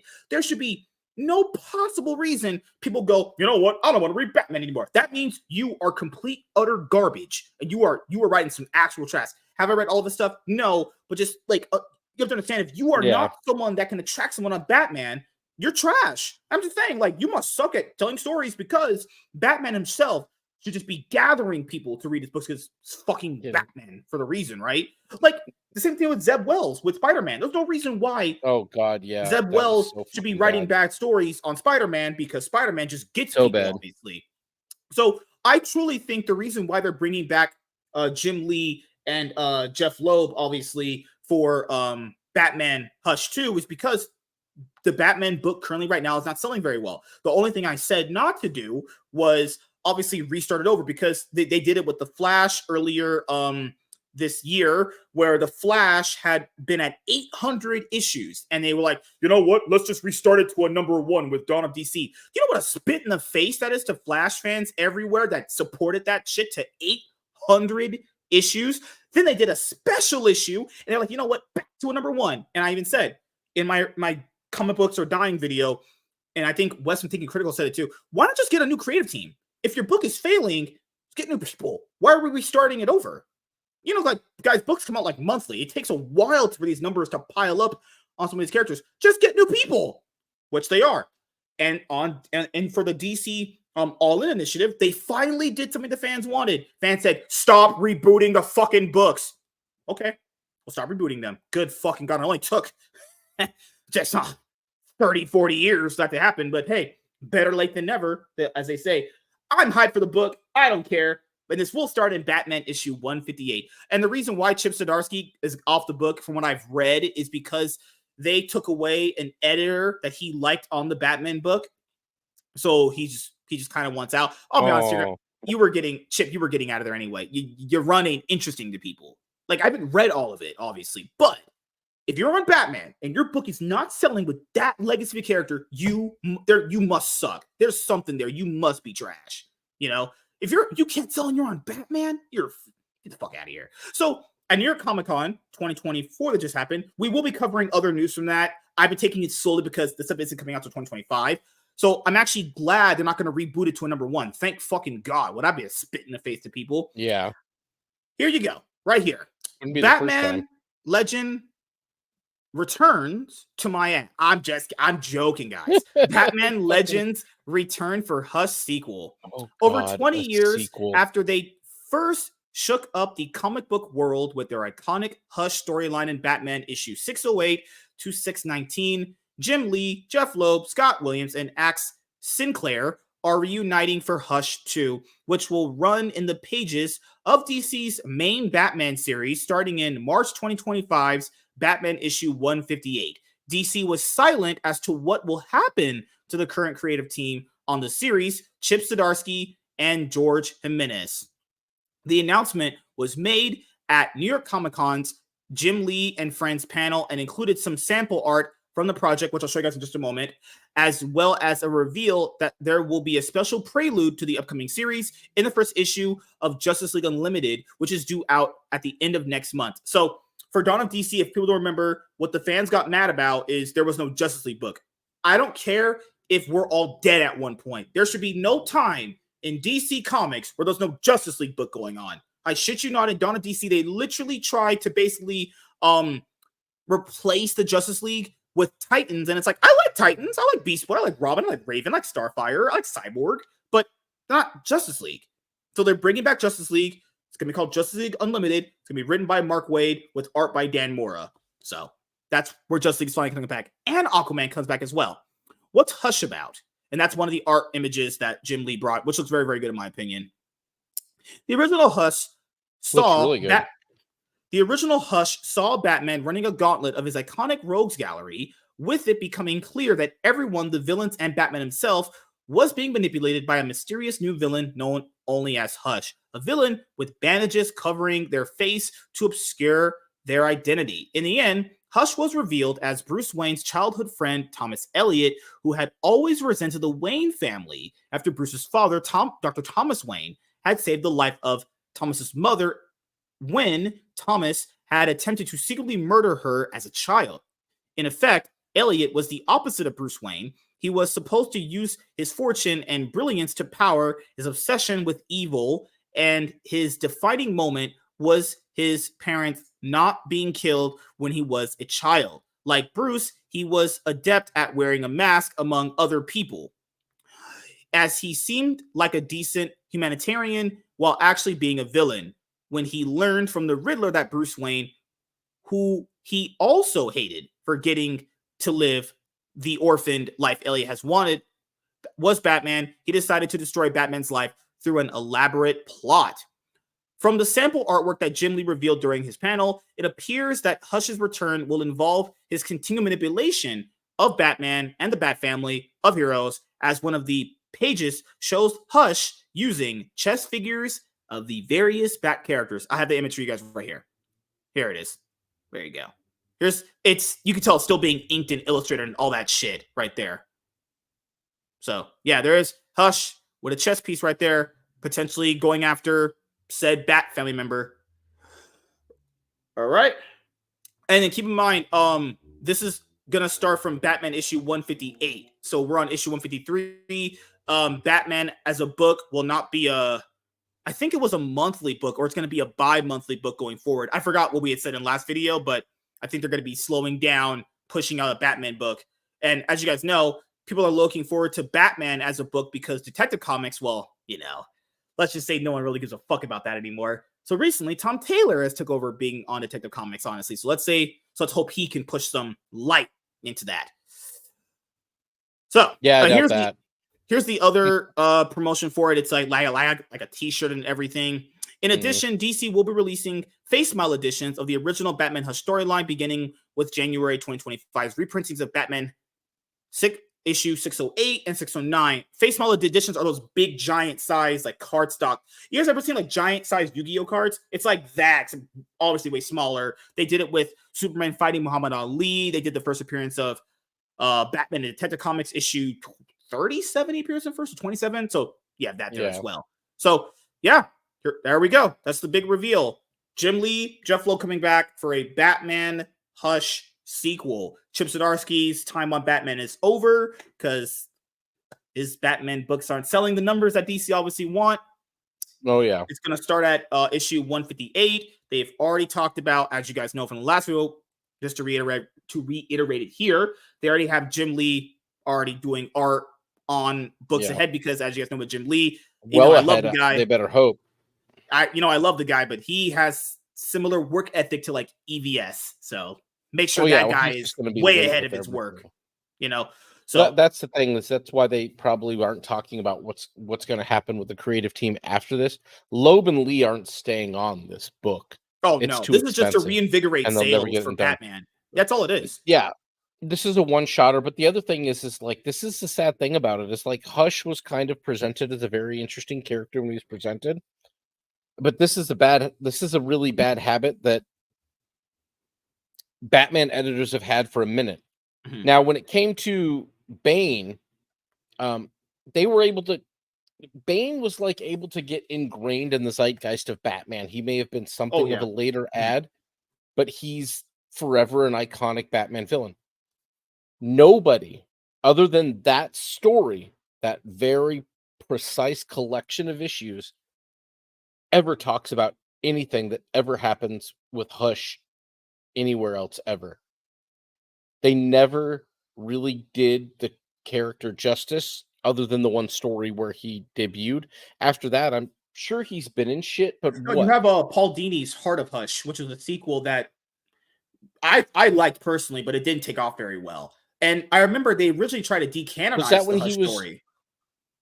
Well, I mean, MSK, they decanonized every fucking thing. Oh yeah, after Hush. Right. No, originally it was supposed to be a one-shot kind of ongoing series until it wraps up. But Jim Lee wanted it to be a part of the main ongoing series. Yeah, So, and that's fine. They introduced a new villain. It was very interesting at the time, but it never stuck. He never became iconic. The story is very well known. I don't know that I'd call the story iconic, but it's a great story that stood up. But nothing that they've ever done with Hush after that really ingrained him. And there was a lot of great things that went on with Bane, besides Bane being a part of Batman for so long when they set him up, like that whole Nightfall story. But Bane would show up at other times to really kick ass. Yeah. For Batman Hush, people don't remember what they actually did with Hush outside of Jim Lee's original run with Jeff Loeb and Paul Dini's Heart of Hush. If you guys even like those stories, in Batman Arkham City, there was a side mission for Hush, which people overrate. I think that was one of the more weaker side missions in that game. I don't think it paid off for Hush at all. I think it was kind of just there. Same thing with Arkham Knight. I don't feel like that one. Both Hush storylines for Arkham City and Arkham Knight, I don't think were that good. I like those games. I haven't played Arkham Knight, but I remember the story. I know the story, but I think the Hush side stories are not good, in my opinion. Then they tried doing that Batman animated Hush movie, and that was just probably one of the biggest steaming piles of dog shit I have ever seen. That straight up made me stop watching those movies. I was like, how can you mess this up? That's unacceptable to mess that up the way they did. You know, when the writer was like, well, we couldn't have had Thomas Elliott be Hush because everyone already read the story. Tell me, just give me the bridge. I'm off. Yeet. What? Stupid. Yeah. So Hush recently, memory, if you guys can understand where I'm bringing up, the recent memories of Hush have not been that good at all. The best one out of that is probably the Arkham City side mission. Even that was like, nah, at best. So I hope if they're gonna do this with Hush, and I'm hyped. You guys know me.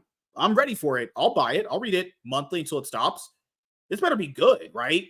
Because people factor in I don't usually go over comments in these videos most of the time, but this is the point. This is technically a bait and switch, but it's not the way most people are probably thinking. This is the bait and switch as far as sales going. They know the Batman book currently is not selling the way they want. So it is a bait and switch, but not like, I don't think character-wise. This is like they have to really reinvigorate sales on this Batman book because they know Detective Comics doesn't have that. This is going to get God knows how long. 6 to 8 months of sales. Yeah. A trade paperback that will sell very gangbusters. Well. Maybe what they'll do here is maybe Jeff and Jim will take another stab at presenting the character to fans and trying to get him more ingrained as somebody that anybody gives a fuck about in the Batman and Rogues Gallery. Like if we did a get ranked on Batman's Rogues Gallery, Hush is not getting out of the Hush would be in like if you talked about the underrated characters. He'd be like a top underrated character for Batman. The other guys are always going to be underrated, but like he compared to everyone else, like he's like Roz, Bane, Mr. Freeze, Riddler, Poison Ivy. You're going to be able to go on a list so long that are going to be. Yeah, I mean, hell, dude, there are other people. There's Mr. Zaz. It's a better villain, more interesting, I think, more fucked up. Fuck, dude, Calendar Man, for fuck's sake, is going to be. When he's done good, he's done good. When he's done bad, it's not as interesting, but I see your point. Yeah. But that's the thing. What I'm saying is that, like, Hush got one chance at being a great villain, and then literally nothing of remembrance after. I know Paul Dini's thing that he did was probably interesting. Was that during Paul Dini's run on? Was he on Detective? He was on Detective Comics. Yeah, I have his omnibus over there. Yeah. They have a Paul Dini omnibus? Yeah. Did you not know that? It got a reprint not too long ago. I have the original one. So that'd be worthwhile. Dini's shit was really good, actually. I think that's one of the more underrated runs on Batman because he brought a lot of the serialization to the comic. Like he did single issue stories, which didn't exist, and even to this day don't exist in most comic lines. Like he could get a story done in 32 pages with ads and out, and you got a whole complete Batman story. Yeah. Dini, the thing that I very underrated as a Batman writer. And keep in mind, guys, if you want to get a small sample of this, I think they should be doing this more often with books. The small sample of it, the preview of it, is going to be in the Justice League book coming out later on this month in November. So you're like, I'm on the fence about this. just get that book and see if you like it. So yeah. Any other closing thoughts about a Batman Hush 2? You're on the fence. Maybe get it issue 1. It's only gonna be 6 issues. So they're gonna do another. This is only gonna be 6 issues. So they're gonna do potentially 12 issues with these guys. So it's gonna be another story arc with these guys. Has to be. Don't just bring these guys back for 6 issues. That's not worth it. Yeah. I don't know. I don't know if that's gonna get me to take it off the shelf. Take it off. Oh, whoa. Keep it on, buddy. The shelf and peruse the book on the shelf and look at it. Maybe I'll pick up a first issue just because it'll sell or it'll have resale. Get one of the variant covers, the limited to 1 in 25 shops or whatever. Might be worth some money. Yeah, it depends on how much they're charging for it. I don't know that I care that much. But yeah, I'll wait and see. I don't know. I maybe just do really the whole thing, wait for trade. Well, I hope that they actually do a good job of I hope they do a good job of the story and they give Hush another chance to be ingrained in the zeitgeist. But really, it isn't just going to be Jim Lee and Jeff Loeb's second attempt here. It's going to have to be on the part of Batman editors to understand the villain in some way and actually use the villain well, which there is one crutch to that. Nobody else ever did. There, I don't think anyone has ball. Well, I mean, this is the a love and hate thing I'll say. Jim Lee working on it is like, hey, are they going to step up to that guy and be like, hey, fucking make Batman better in this fucking panel? It's like, do you think they have the balls for that? But then again, Jim Lee's had no balls for the last, how many years at DC? He's been the editor-in-chief and he's been letting the company into the ground. So having him there could kind of be a benefit as far as like authority figure. It's like, you're not going to have some blue-haired lesbian go to him and be like, I think Hush should have pronouns in his bio. It's like, get the fuck up, bitch. Be talking to me. Just saying, it could be a blessing or a curse. So, yeah, guys, I'm hyped. I'll read it, see if it's any good. I myself only collect certain stuff in trade. So that'll be issue 158. It's going to be out March 2025. Early preview, Justice League Unlimited, DC All in Initiative. Currently started with DC All in Special #1. Absolute Batman came out. I have that. I got to read it. I got the weekly first Action Comics issue from Mark Waid, Absolute Wonder Woman, and Superman. I'm obviously I haven't ordered my newest pull list yet. I'm waiting until I get paid to order that, but I got the other stuff. Don't worry about that, guys. So yeah, I'm just glad they didn't reboot it all back to #1. Oh my god, I'm gonna stroke. 158 issues in. Oh, back to #1. Oh, fuck off. I would have just got a rope. Just DC, just new creative team. I don't care if the book is literally in the toilet. Just get a new team. So thank you guys for checking out this video. If you guys are returning viewers or new viewers, then please consider subscribing to the channel if you have not already. Leave a like on this video if you enjoyed it and comment down below. Also, make sure you guys hit the notification bell. That way you guys can get notified on whenever I upload a brand new video or go live. I'm MSK, aka Master Swag King, and I'm signing out, guys. See you guys later. Deuces. Peace. All right. We'll be here for another 5-10 minutes, and then we're going to head out. No, those are awesome bangers right there. There you go. Oh, right in my butt. God, man. Yep. Full DC night. You guys don't even want to know what the Marvel stuff is like. Oh my god, you guys have a stroke, and not in a good way like this one. These were kind of interesting, kind of okay. I'm a horny bitch. Me too. The Marvel stuff. You guys might straight up want to choke me after we read that stuff next Tuesday. Holy crap! It's just the most snore-inducing shit ever. Yeah, Marvel is not really. It's just. Good night, Emily. Yeah, man. I don't know. Night, Emily. I'm currently working on Neon Revenant for Rock Hard Comics, July 2025, and an NES game with mini comic. Awesome. That's good, man. Hopefully you were able to link up with that one guy that I had on who was Aaron Sparrow's friend. That's James. Hello, white man. James. Yeah. Oh, it's what is he doing white here? Friend.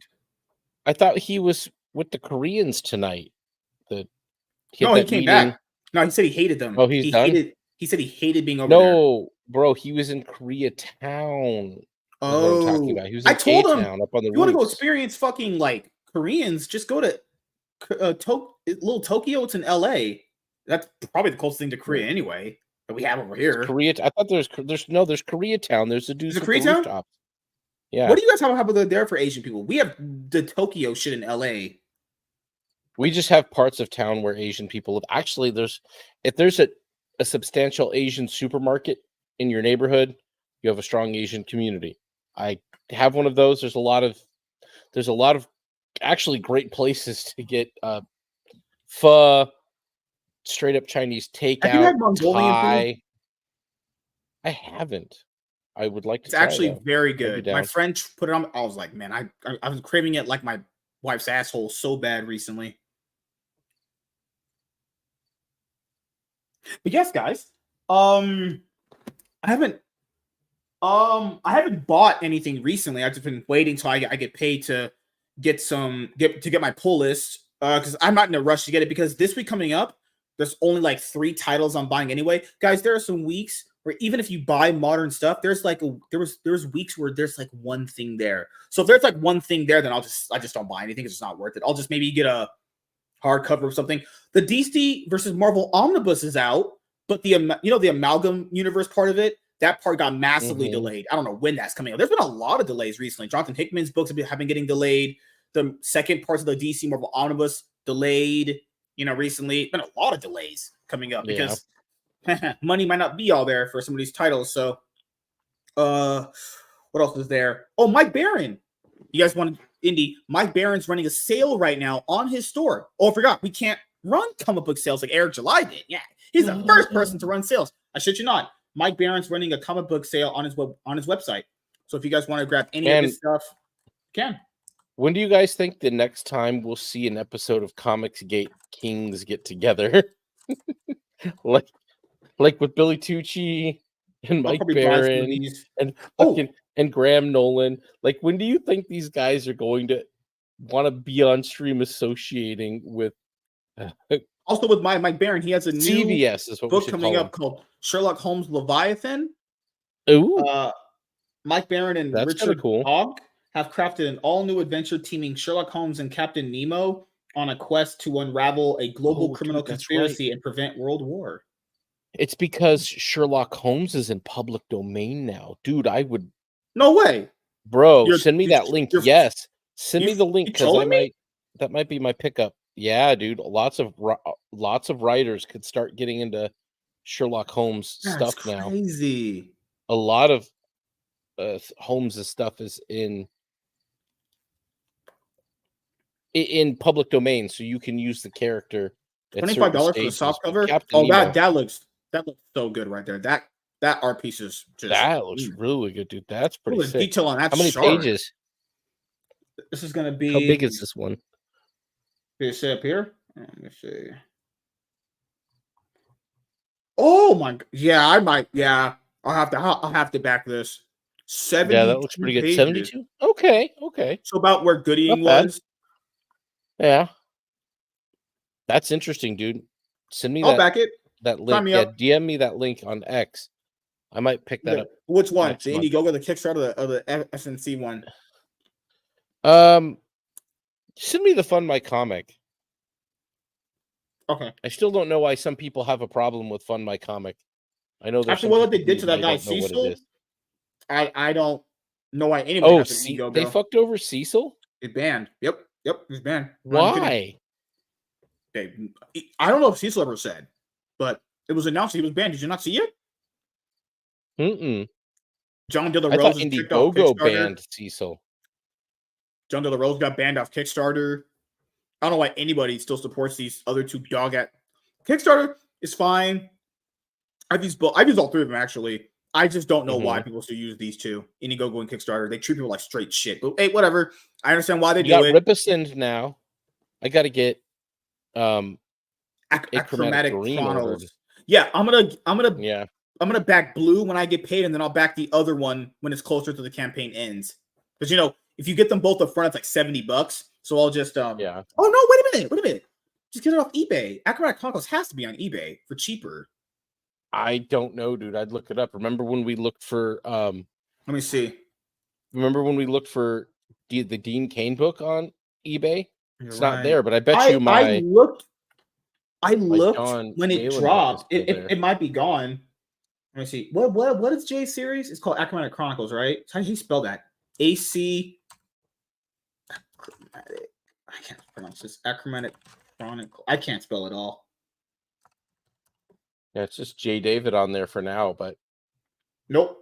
hopefully they get some more people. Oh no, I going. spelled it wrong.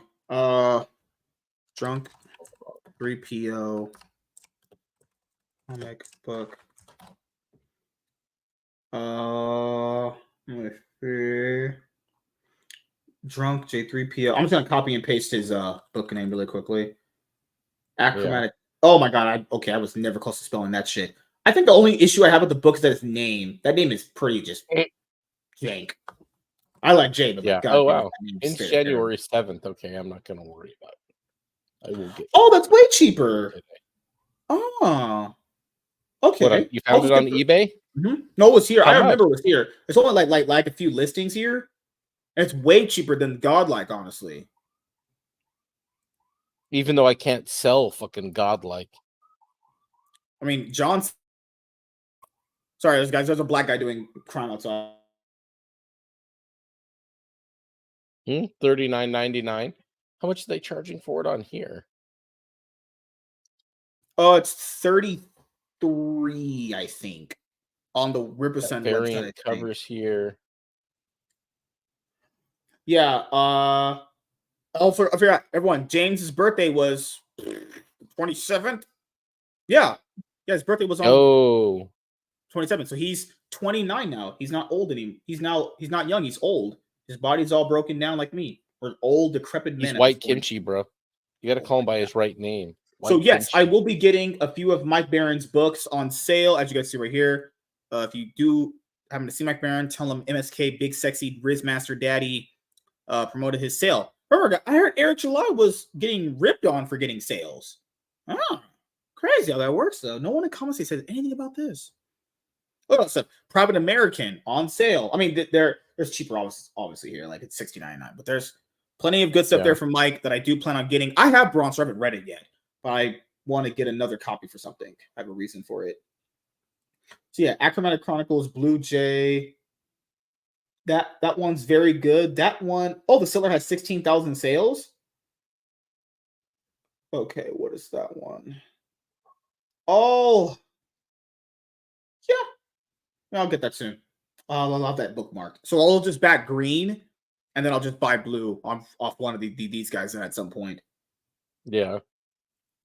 That's way cheaper. Then I'll get some of Mike Barron stuff in a little bit. But yeah, I'm just, when I get paid, obviously rent, pull off my pull list, and just get some food, and that's it. Nothing else really to do. I don't need to buy anything else for a bit. I'm saving up for something, so that's it. There you go. Essentially, I've done some covers, promo art, and trading cards for a while for a few indie creators. Cecil is okay on Fund My Comic. He was banned on Indiegogo. Yep. No, anyone supports that trash. How anyone supports that is beyond me. So yeah, man. Anything else you got planned coming up? You want to let the audience know about? No, nothing yet. I'm still getting acclimated to the new lifestyle. I don't know. I know more than I knew last week, but I don't know a ton yet. But still figuring it out. I'll get back to it. There might be a game stream on the weekends. There'll be something I throw up every now and again. I have an unboxing I need to get done for stuff over there. I just don't have knowledge of when it will take place. Are you gonna end up having sex with me at any point?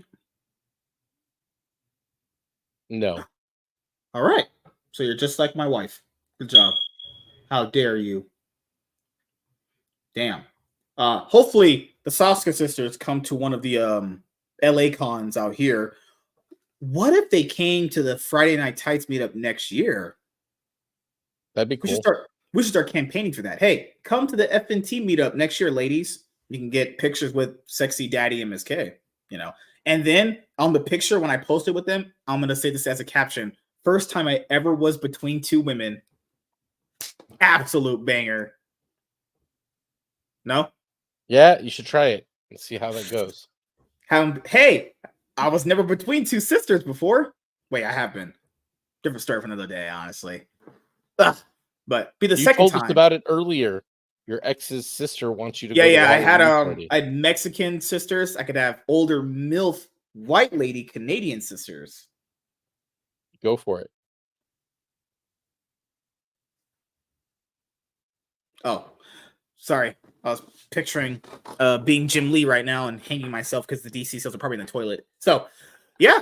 As you guys know, I am uploading the episodes of the Cloud9 podcast to Rumble. Currently on season 9 right now. I'm almost done. Almost done.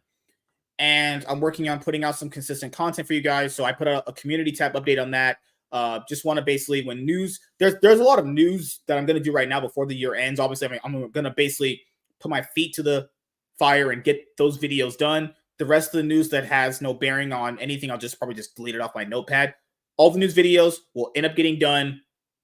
Probably getting at least, I'm going to try at least get a video a day, at least that again. So consistent content, probably about 2 videos a day if there's enough news there. If not, and just get the ones that I need to get done already up and finish. 1 to 2 videos a day, consistent content when there's enough news to talk about, and getting my time structured better. We have the new MSK cast that we're going to be doing some quality content on there, getting some other bigger videos prepped for the future whenever I have time to do that.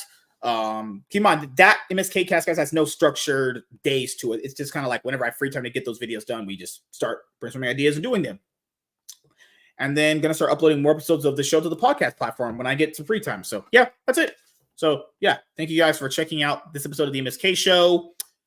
Full day of going to the movie theater. New episode will be Venom: The Last Dance. Watching that on Thursday this week, and we'll have some fun with that. So we'll see you guys later, and have a great night, everybody.